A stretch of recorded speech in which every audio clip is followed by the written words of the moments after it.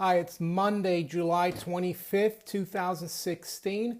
Monaco 64 here, home of alternative economics and contrarian views. I'd like to talk about Goldman Sachs today, uh, the commercial bank.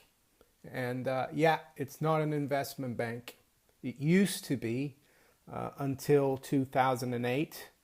I think September 21st, 2008, during the financial crisis, Goldman Sachs asked the Fed to become a holding bank or a commercial bank, which means they're able to take in deposits. And the reason they did that, it was because they're going bankrupt and they're going to fail.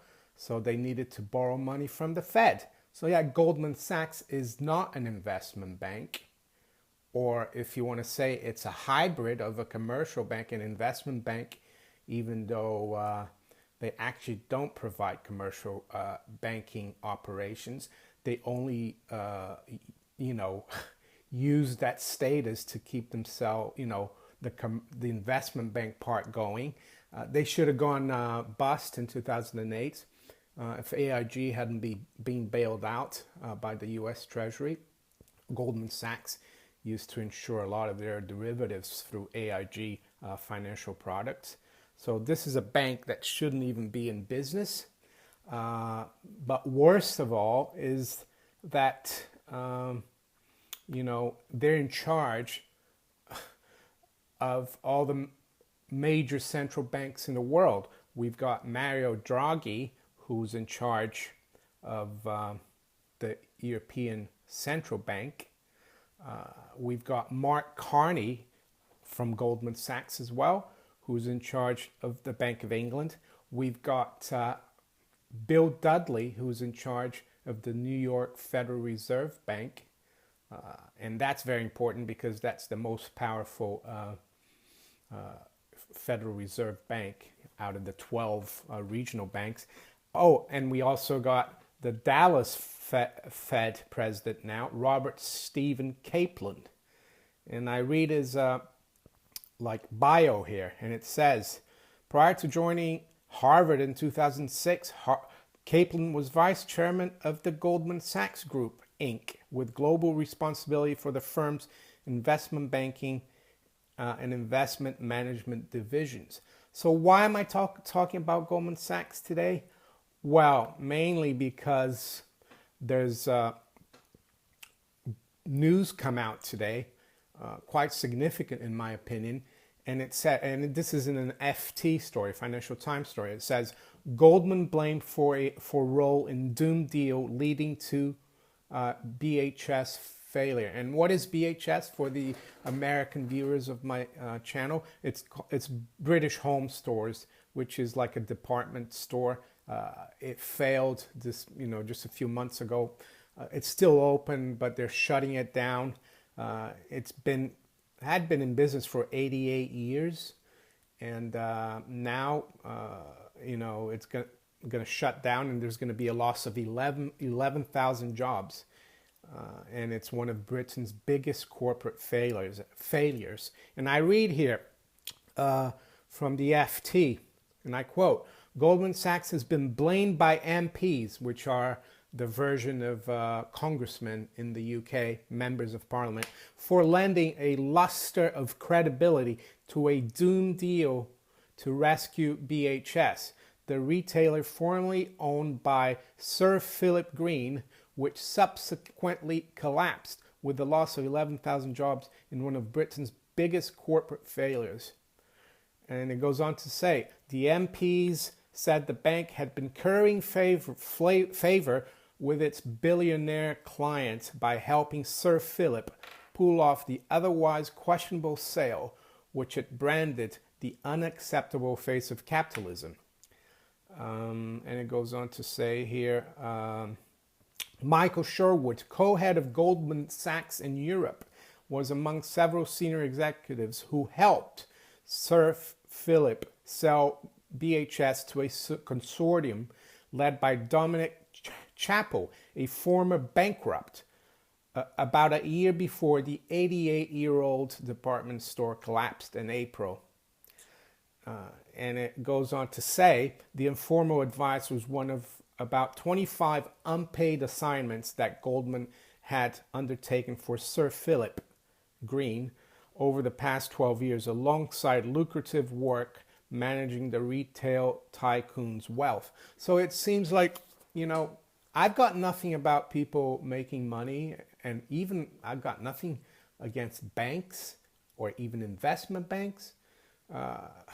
What I think is wrong is for people trying to profit by wrecking companies or wrecking countries for that matter. So from BHS, I'll go back about a year ago. There's an article in The Independent. It says, Greek debt crisis. Goldman Sachs could be sued for helping hide debts when it joined the euro. So it seems like this bank is involved in every shenanigan in the world, all the big financial scandals. And I'm not surprised that they were involved in the British Home Store deal that led to the collapse of the company. And the other thing is Sir Philip Green, he took hundreds of millions out of the company, and now the company's collapsed and all the pensions of, all the pension liabilities the company had towards its former employees and current employees, that's all gone, that money. So pretty, disgusting, I would say, Goldman Sachs. And the worst thing is that these guys are in charge of the central banks. That's why I say, central banks are the biggest threat to prosperity and freedom. I made a video a few days ago about that. And so there you go. Goldman Sachs, again, involved in financial shenanigans. Yeah, I remember once when I worked in the city, we had a big corporate client come over to visit us. I was a futures and options broker.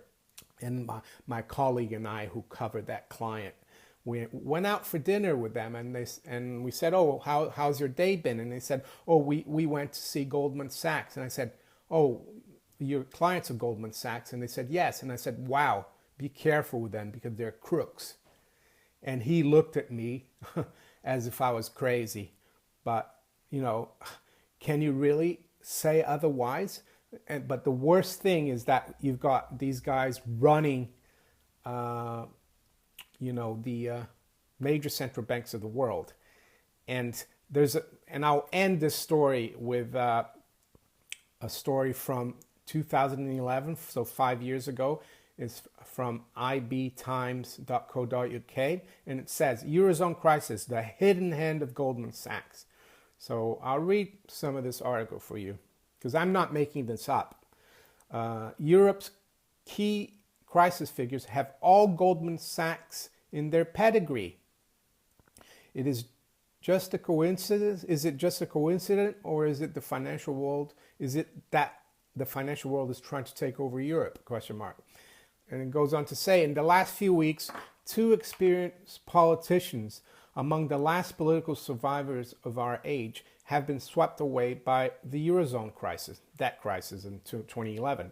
First, George Papandreou, the calm and thoughtful heir of a political dynasty in Greece, then flamboyant Silvio Berlusconi, who has been dominating Italian politics for 20 years. Many people may just think that their time had come, but a closer look to the people who have been designed to take their place casts a sinister, threatening shadow on the status of international diplomacy in Europe. And I continue. I'm reading from this article. Luka Papademos, the new Greek prime minister, is a former European Central Bank vice president under Jean-Claude Trichet. He was previously involved in Greece's transition from the drachma to the euro as government of the national bank. The transition was aided by Goldman Sachs, the global investment bank, commercial bank too, whose influence in high U.S. government circles has been much commented on in Washington since the beginning of the financial crisis in 2007. So, and I continue here, and it says, the new head of the European Central Bank and former director of the Italian Treasury is Mario Draghi, who worked for Goldman Sachs International as vice chairman and managing director. Also, the man who will probably take over Berlusconi administration is Mario Monti, or Super Mario Monti, as he was nicknamed, is on the Goldman Sachs payroll. A highly respected economist and former European commissioner, Monti studied in the United States at Yale, just like his colleague Papademos, who studied at Harvard. Monti is still listed as an international advisor to Goldman Sachs in his official biography on the website of the European Commission. So there you have it. This is not conspiracy or anything. It's just I don't want to say criminal, but because they haven't prosecuted and found them criminally liable because they own everything, and they run the central banks. Who's going to go and try Mario Draghi or Mark Carney or Bill Dudley? No one. So very nefarious institution, in my opinion, Goldman Sachs. And let's hope Donald Trump does not nominate anyone that has anything to do with that institution for the post of Secretary of the Treasury. Let's hope not. So there you go. Goldman Sachs, pretty amazing. So if you enjoyed this video, please like, share, and subscribe. Take care. Bye.